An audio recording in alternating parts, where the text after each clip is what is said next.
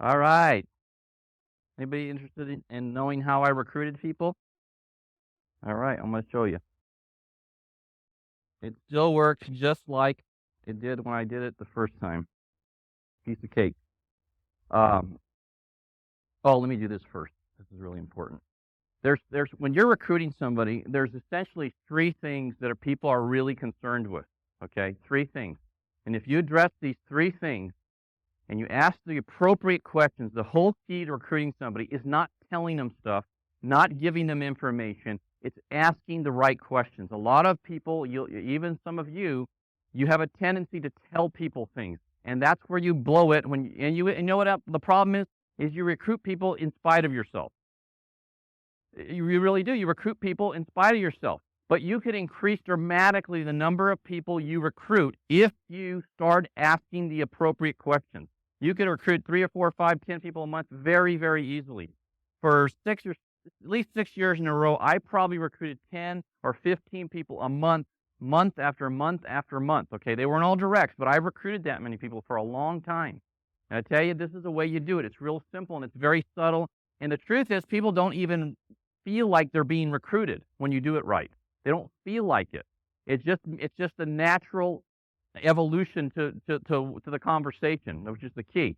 So the first thing that people are very concerned about is the company credibility. Okay, people are very concerned. They want to make sure that if they're going to be affiliated with the company is credible. All right. Of course, we don't have an issue with that. I'm going to show you my presentation on how I would do that and the questions you ask. Okay. The second thing that people are very, very concerned with, they're more concerned about this than anything else, okay? More concerned by this than anything, and they don't tell you this, okay? Is what will I do? Is it good for people? This is the number one concern everybody has. See, a mistake that a lot of you make is you think people come in Primerica to make extra money, that they want to make money. That's a huge mistake you make. If that was true, it's easy to make money in Primerica, and a lot of you don't make a lot of money. Okay, so that's not really what you are here for. Although you say that, it's way down on the list. You know, maybe third or fourth, making money. Not the most important thing. People are more concerned about what others think about them, namely their friends, their family, their coworkers, by a long ways than they are about making extra money. Way more concerned about that. They're thinking, if I sell these products, are people going to think I'm just trying to make money on them? Is this going to be good for people? After I sell it to them, can I face these people at a party, at a birthday party or a wedding? They don't ever tell you that, but I'm telling you, it's more important to people. All of you in here, I guarantee you, one of the primary reasons you're here is because you really like what we do for people. You believe it's good for people. Right, Steve? Mutual funds, are they good for people? You have tangible evidence over your career that the things you've done for people has really helped them, right? Which is one of the reasons you love our business. You know, you like making money, but I guarantee you, for you, it's more important that you do the right thing for people. I know that. And you know, the truth is, it's true for almost everybody. For the person that's coming in just to make money, have you noticed they don't ever work out here? They don't ever work out here. Anybody that comes in, I can make a lot of money, they never last in Primerica. All right? They're more concerned about what people are going to think about them. So what you've got to do in your presentation, I'm going to show you how to do it and how I've always done it. You've got to show them that what we do is unbelievable for you. You've got to show them in a way that makes them feel like, oh my God, I have to show this to my brother. I have to show this to John, my best friend. I have to show this to my mom and dad. If you don't get them thinking that in the presentation, you're not going to recruit most of them. One of the things I would talk about is Sandy, because I think it's important that leadership's everything. Would you agree with that? If you look at any successful group, organization, leadership's the whole deal, right? Look at all the sports and even in the Olympic athletes. I don't know if you've noticed how many times they're thanking their coaches, okay, all the time, right? I mean, it's a big, big deal. They're always doing it because people understand leadership is important. So would you agree with that? They say yes. Sandy, of course, is the ultimate leader in business. He really is the most prolific leader. He took a company, which is essentially commercial credit, which is about a $20 million a year profit business, about, I don't know, is it 12 to 14 years ago? And now it's making in the billions quarterly in profit. Okay? That's not like a little thing. That's gigantic. Guy's a genius. He's literally a genius. If you could be associated with a guy that's literally a genius, a proven genius in the industry, is there any reason why you want to be affiliated with a company like that? Would you have, let me ask you a question, Mark, would you have any problem? And you need to ask it just like this, because you need to get rid of this issue up front. And I would ask you, let me ask you something, Mark. Would you have any problem working with or doing business with the magnitude of Citigroup and Primerica that I've just shown you? Would you have any problem with that? You have to have that. If you don't ask that question, it can come up later. You know, like you said that. So you do the objections in the body. You've always done that. You deal with it in the body. So you ask that question so you get that done. Because if they say they don't have an issue with it, now all I have to do is I have to show them that what we do for people is fantastic, and more importantly, that they can't fail at it. That's the most important thing, that they can't fail at it. And that question's written right in there, but you've got to ask it like this. And then, this is important, right? You want to be dead? Okay. I just want to show you the F and A. You'll see all this stuff later. You already know that. But this is a big deal. Now, and then I would ask, I say, look, Mark, I'm going to show you what you would be doing if you got involved with us. Okay? What do we actually do for people? Because that's important to you, right? Okay? So first of all, one of the things we do, and I start with the loan part. Let me tell you why I start with the loan part. I think it's important to start with the loan part because the number one reason why people don't save more money is they have too much debt. Let's face it, right? When you go sit down with somebody, they're not saving hardly any money, but they have a car payment that's, 2 car payments, and they're paying $300, $400, $500, $600, $800 a month on car payments, right? And they have a bunch of credit card debt and blah, blah, blah, blah, blah. And they're probably spending, apart from their mortgage, $1,000 to $2,000 a month on debt. That if they didn't have, they could be investing, right? Okay, so debt is the number one issue why people don't save money, which is, by the way, what makes us really unique, okay, is that we're the only financial service company out there that addresses the debt issue. Financial planners don't address the debt issue. If people don't have money, they don't want to deal with them, right? Brokers don't address the debt issue. If somebody comes in and they go, well, I have debt, but I want to save money, say, well, good luck. Come back when you got some, right? They don't deal with them. We're the only company out there in the financial services arena that addresses the number one issue why people don't save money. We have a plan, whether they have a house or not. We have a way of helping them get there. That's not a little thing. Gigantic. It makes us very, very unique in the industry. We're the only company like that, which I like, by the way, okay?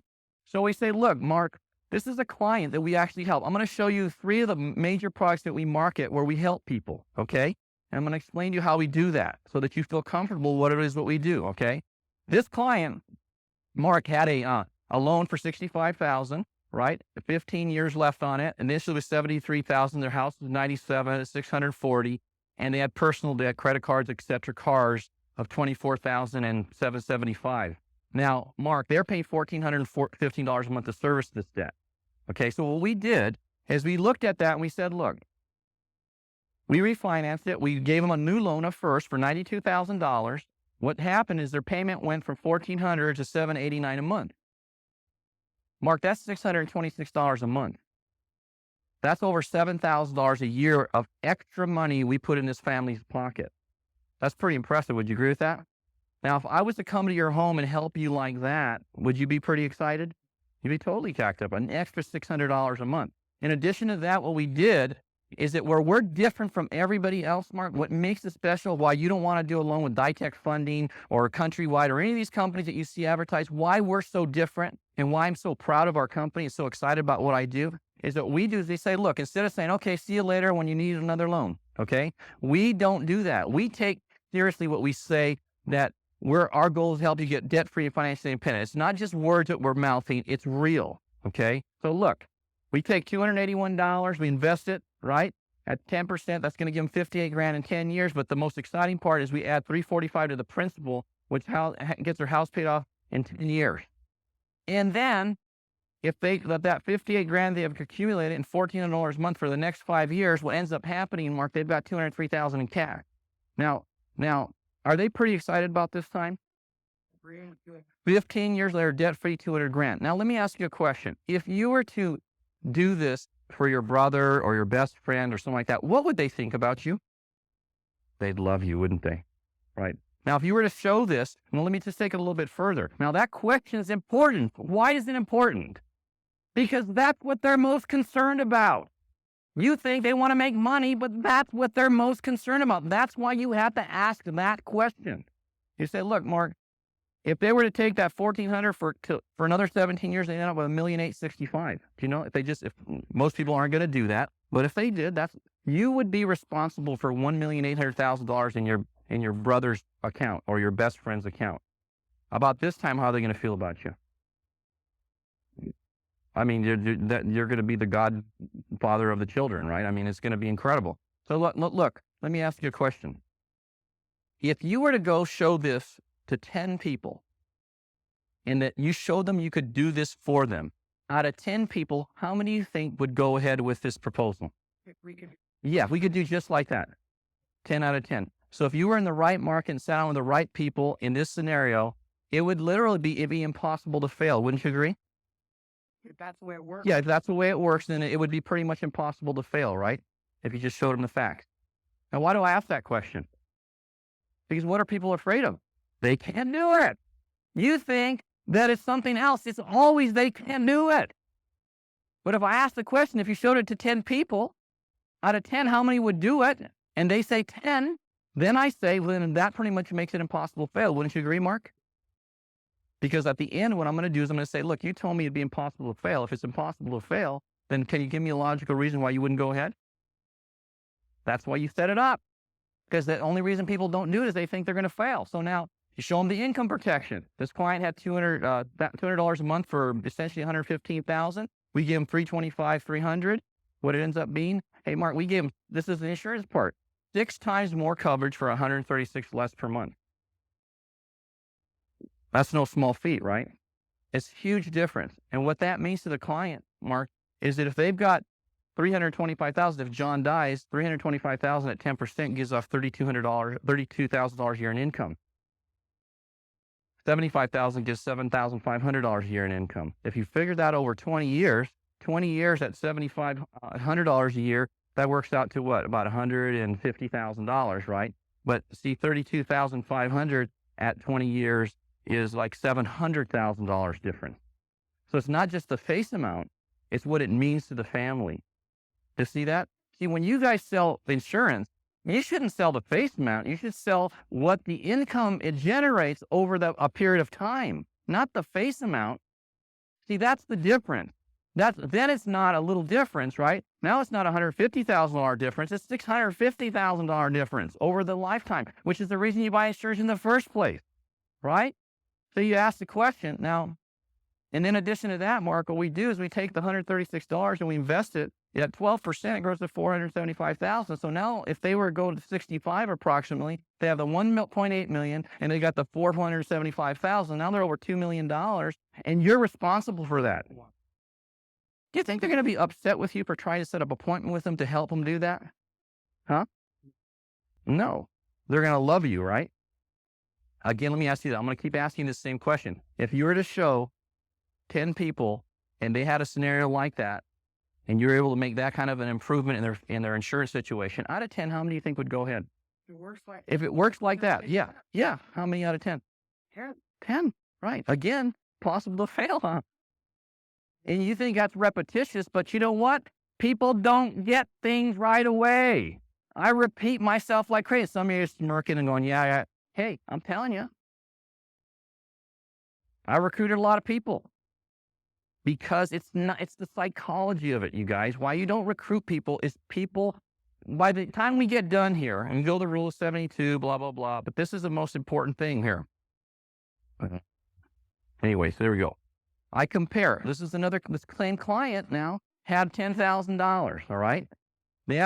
People have different options when it comes to investing. $10,000 in a CD invested, this is 20 years prior. The slide before that shows is when it was invested, right? 20 years ago.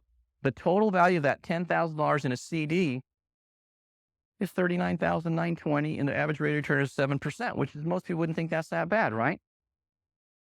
But if they invested that same money in the S&P 500, which is an index, right? And there are funds, index funds like that, but just in the S&P, same period of time, $266,000. This is the rate of return. Now, this is how you find money too. Now, I'll ask you, Mark, if you had money someplace other than in equities, like in a CD or an insurance policy or something like that, and you're getting a rate of return that was similar to this, the question I was going to ask you, would you move it? Oh, In a heartbeat? is that? Tonight, if we could do it? Fantastic. You see that?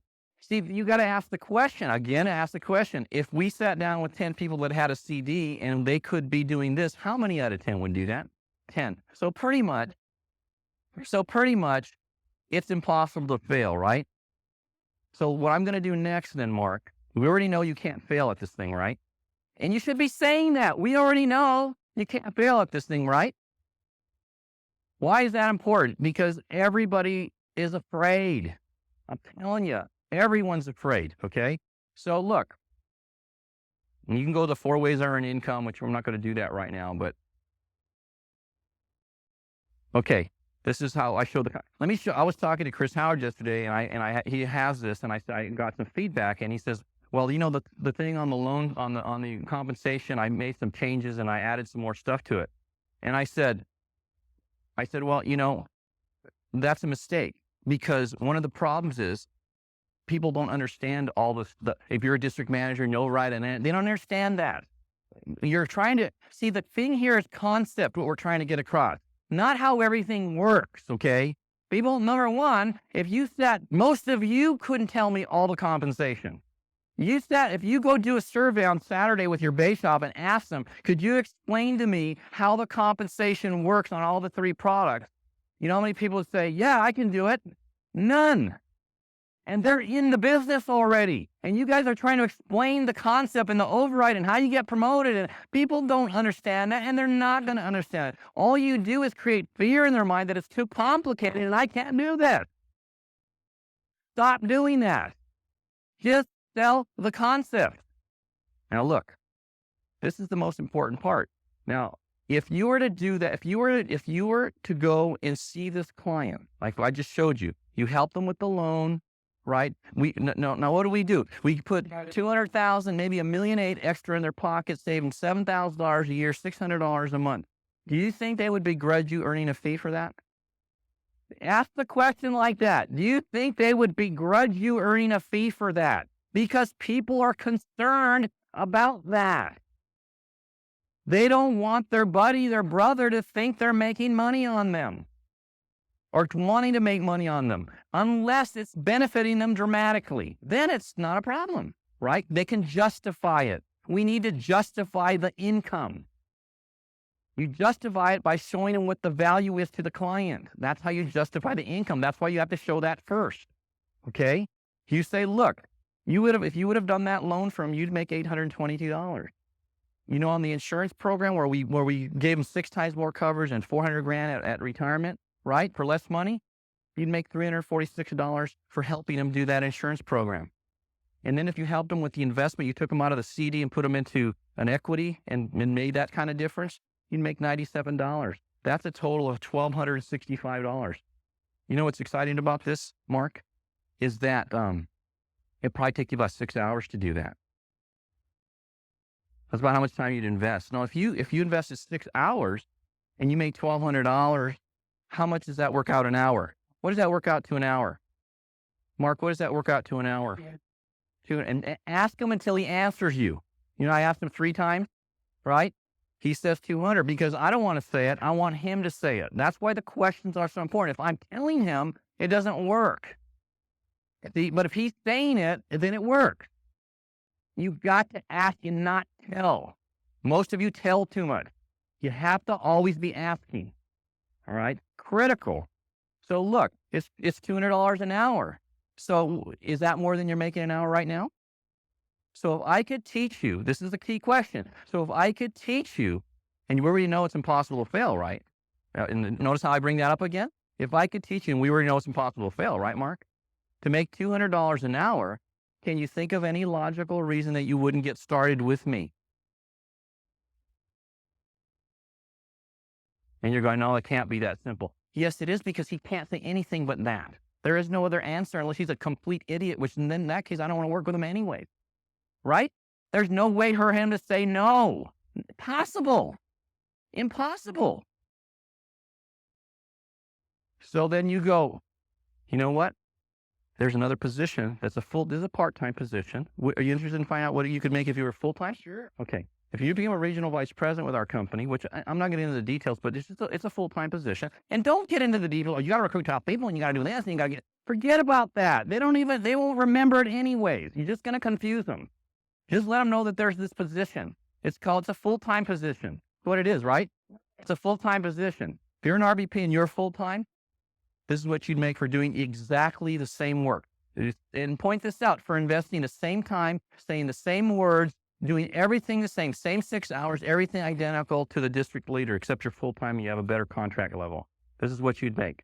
On that same loan, $2,000 instead of $866, $822. And on the insurance transaction, Mark, you'd make $727 instead of $346. And on the invest, you make $256 instead of $97. So what that works out to is $3,069 for helping that client.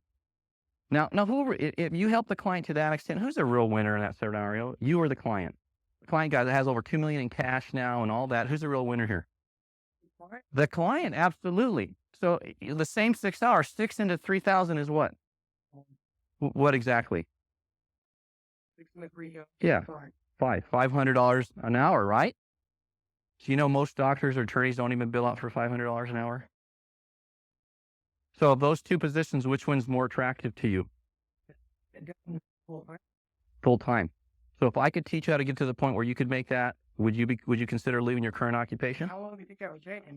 How long would you like it to take?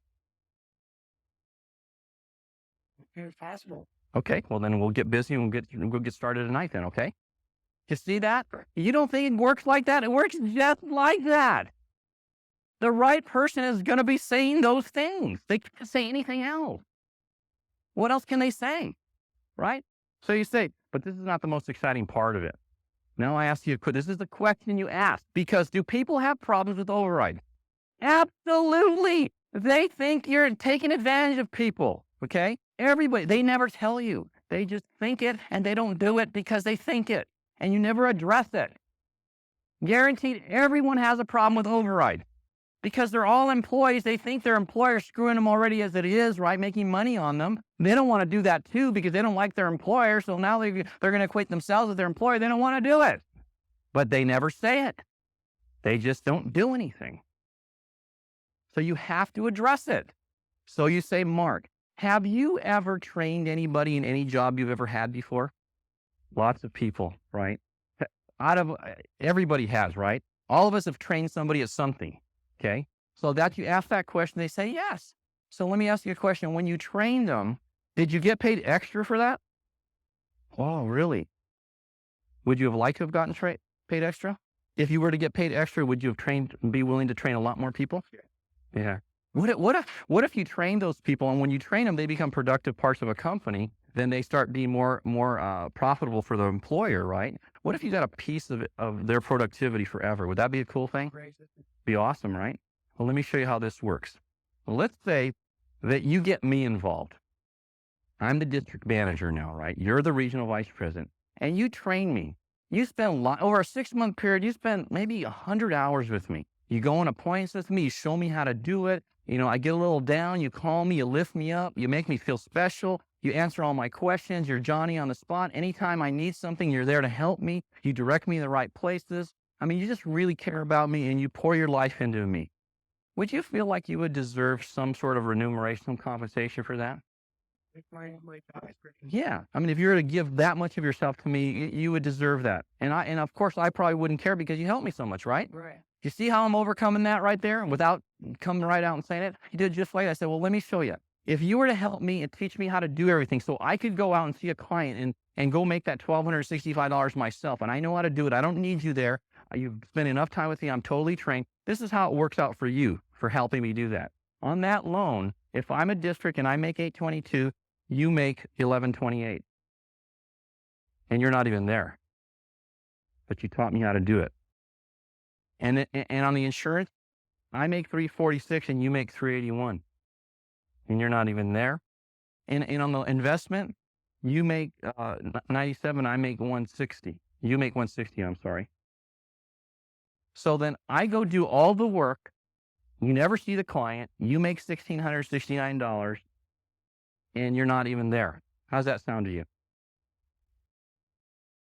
So what if you had over the next 18 or 24 months, you found 10 individuals that once a month, and they got to district manager, and once a month they just helped 3 clients like that.